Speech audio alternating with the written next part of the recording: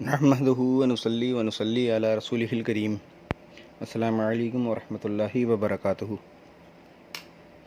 सामईन हज़रात, आज आपके सामने ये नाचीज़ बहुत ही अहम टॉपिक के ऊपर बात करने हाजिर है।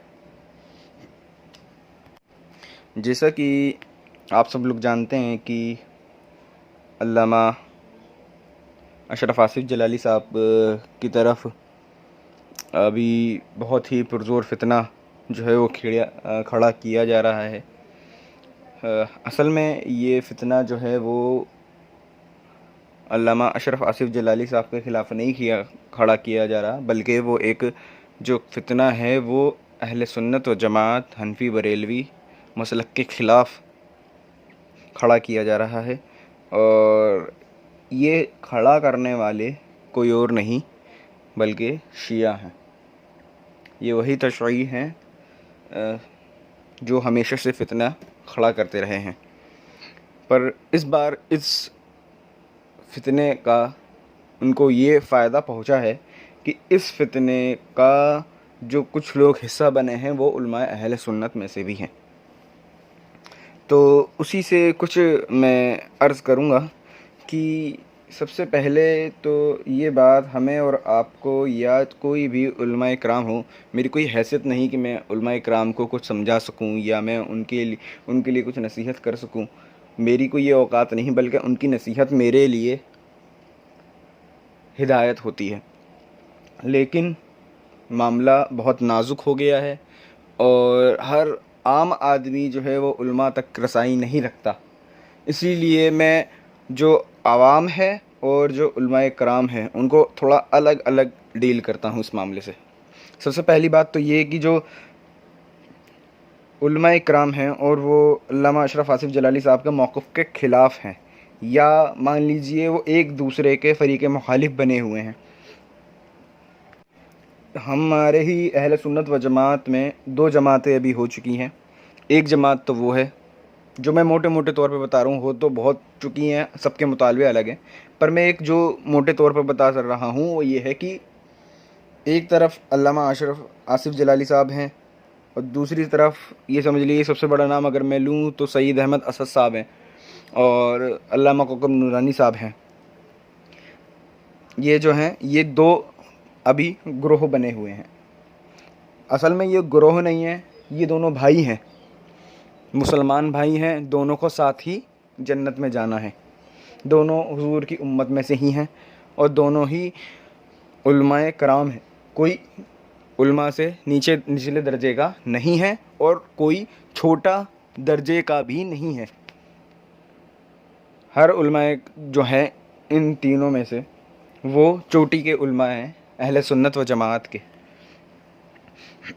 तो इसमें मैं अर्ज़ करूँगा कि जैसा कि उलमाए किराम का ये मौक़िफ़ बार बार होता है कि वो वीडियो बना के सोशल मीडिया पर डाल देते हैं, जो कि मेरे हिसाब से सोशल मीडिया पे ऐसे अभी एक दूसरे के ख़िलाफ़ वीडियो बनाना ठीक नहीं।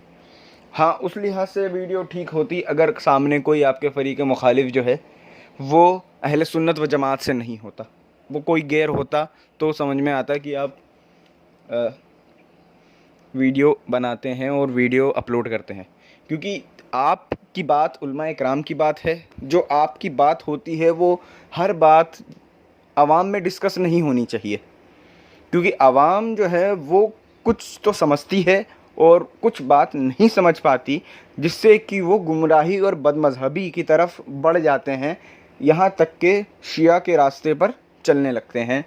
जो कि आप लोग का अमल बेहतर था कि आप बेहतर करें, पर उससे समझने वाले लोग जो हैं वो नासमझ हैं, वो इतना नहीं समझ पाएंगे। यहाँ पे हक और बातिल की जंग नहीं है, यहाँ दोनों तरफ ही हक है। बस जो अल्फाज सादिर हुए हैं उसको देखते हुए बात होनी चाहिए। मेरा इसमें साफ साफ मौक़िफ़ ये है कि आप लोग उलमाए किराम अहले सुन्नत हैं, आप लोगों की रसाई आपस में आराम से है। आप अपनी मीटिंग करिए, आराम से बैठिए, बात करिए, अपना मौक़िफ़ जो है वो लिखिए, अल्लामा अशरफ आसिफ जलाली भी अपना मौक़िफ़ लिखें, अल्लामा सैयद अहमद असद साहब भी अपना मौक़िफ़ लिखें कि मेरा ये मौक़िफ़ है। फिर उसके बाद जो उनसे कोई बात सरज़द हुई है, कोई बात उन्होंने कही है, तो उसको भी लिखिए कि ये हुक्म शरीयत में अल्लामा अशरफ आसिफ जलाली साहब पर बनता है क्योंकि उनसे ये चीज़ हुई है। जब वो चीज़ एक बार आपके लिखत में एक लिखित प्लेटफॉर्म पे आ जाए, उसके बाद आप उनसे दलील तलब करें। जब अगर वो दलील देने में आपको सेटिस्फाई कर दें तो फिर उनसे कोई रुजू नहीं बनता। लेकिन अगर वो सेटिस्फाई ना कर पाएँ, तब आप जो है वो लाताल्लुकी का या उनसे रुजू का, सबसे पहले आप रुजू का उनसे कहें ताकि वो रुजू करें। आप समझाएं, अगर वो रुजू ना करें उनको टाइम दें, अगर वो उस टाइम तक भी रुजू ना करें तब आप उनसे लाताल्लुकी का इजहार करें। आपका शुरुआत में अभी वीडियो बना के ही ये कह देना, मतलब मैं सिर्फ सैयद अहमद असद साहब की बात नहीं कर रहा हूँ, मैं अब दो मुखालिफों की बात कर रहा हूँ जिसके अंदर अब ये जो सुन्नी जो लोग हैं उनकी भी वीडियोस मौजूद हैं। तो वो कुछ और से कुछ और बात कर रहे हैं जो ना सैयद अहमद असद साहब ने कही है, ना अल्लामा अशरफ आसिफ जलाली साहब ने कही है। खैर, अब यही बात मैं समझाता हूँ, बोलता हूँ, और ये नाचीज़ आपकी बारगाह में अर्ज़ करता है कि पहले आप लोग बैठें, जो भी हुक्म है, जो भी सवाल है, उसको तहरीर कर लें। तहरीर के बाद उनसे दलील तलब करें। दलील अगर मवाफ़िक हो, आपको समझ में आए, हाँ भाई ठीक है, जब मामला ख़त्म हो जाए तो वो तो मामला ख़त्म हो जाएगा। आप और वो दोनों एक ही वीडियो में आके इस चीज़ को डिस्कस करें। अगर रुजू है तो रुजू डिस्कस कर लें, और अगर रुजू नहीं है, मुवाफ़िकत है, अहले सुन्नत की उस अक़ीदे से मुवाफ़िकत है, तो आप रुजू ना करवाएं, आप मुवाफ़िकत जो है उसको डिस्कस कर लें एक ही वीडियो में आके, ताकि जो उलमाए कराम के बाद जो नीचे आवाम है वो इंतशार में ना पड़े और ना राफ़ज़ियों के चंगुल में आए। अब जो मैं कह रहा हूँ कि जो अगर सिर्फ दोनों तरफ से सिर्फ मुनाज़रों के चैलेंज हो रहे हैं और वो कबूल किए जा रहे हैं, इससे कुछ नहीं हो रहा। इससे सिर्फ अहले सुन्नत व जमात हनफी बरेलवी मसलके आला हज़रत की सिर्फ और सिर्फ बदनामी हो रही है। ये बात आपको भी अच्छी तरीके से पता है और ये आवाम को भी अच्छी तरीके से पता है कि इससे सिर्फ और सिर्फ जो फ़रीक़ दूसरे हैं, दूसरे मकतबा फ़िक्र के लोग हैं, वो लोग हमारी इन बातों से फ़ायदा उठाएंगे और अहले सुन्नत व जमात से जो आवाम सादा लोग आवाम हैं उसको बहकाएंगे। तो बेहतर तो ये होगा कि आप लोग बैठें, बात करें। सिर्फ मुनाजरे से ही हर बात में आके मुनाजरा कर लेना बेहतर नहीं होता। आपके सामने जिसको आप मुनाजरे के लिए बुला रहे हैं और जो सामने मुनाजरा कबूल कर रहा है, दोनों ही फरीक जो हैं वो अहले सुन्नत व जमात के लोग हैं, आपस में भाई भाई हैं, आपस में ही जन्नत में जाएंगे। तो बेहतर ये है कि जन्नती भाई लोग आपस में बैठ के बात करें। इसके अंदर जो ये राफ़ज़ी कुत्ते, जहन्नुम के कुत्ते हैं, इनको साइड कर दें, इन लोगों तक अपनी बात ना पहुँचाएँ।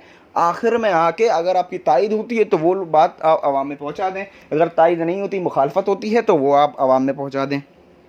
अगर मुनाजरे से ही मसला हल होना होता तो वो तो आप जब आप बैठेंगे, आप आराम से बात करेंगे, तब भी वो मसला हल हो जाना है।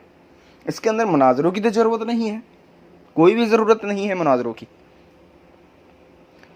तो मैं एक ज़र्राए नाचीज़ की हैसियत से आपके सामने सिर्फ यही अर्ज़ करूँगा कि पहले क्या हुक्म लगता है उन पे वो तहरीरी आ जाए, फिर जो जवाब हो वो तहरीरी आ जाए, फिर उसके बाद जो फ़ाइनल डिसीज़न आए उसके बाद आप वीडियो बनाएं। वीडियो में अगर रुजू हो तो रुजू हो, अगर मुवाफ़क़त हो तो मुवाफ़क़त हो, तायद हो। अगर उसके बाद अगर रुजू हो और रुजू में फिर कोई ना माने, ना रुजू करे, तो आप लाताल्लुकी का इजहार करें। पहले से ही लाताल्लुकी बेहतर नहीं। और अगर मुवाफ़क़त हो जाए, उनकी तायद हो जाए और वो तायद के फिर बाद में कुछ खिलाफ अगर उनकी कोई वीडियोज़ आती हैं, तो फिर सामने वाले को जो मुखालिफ है उसको ये हक हासिल है कि वो सामने वाले से फिर बायकाट करे, उससे लाताल्लुकी का इजहार करे। अस्सलामु अलैकुम वरहमतुल्लाहि वबरकातुहू।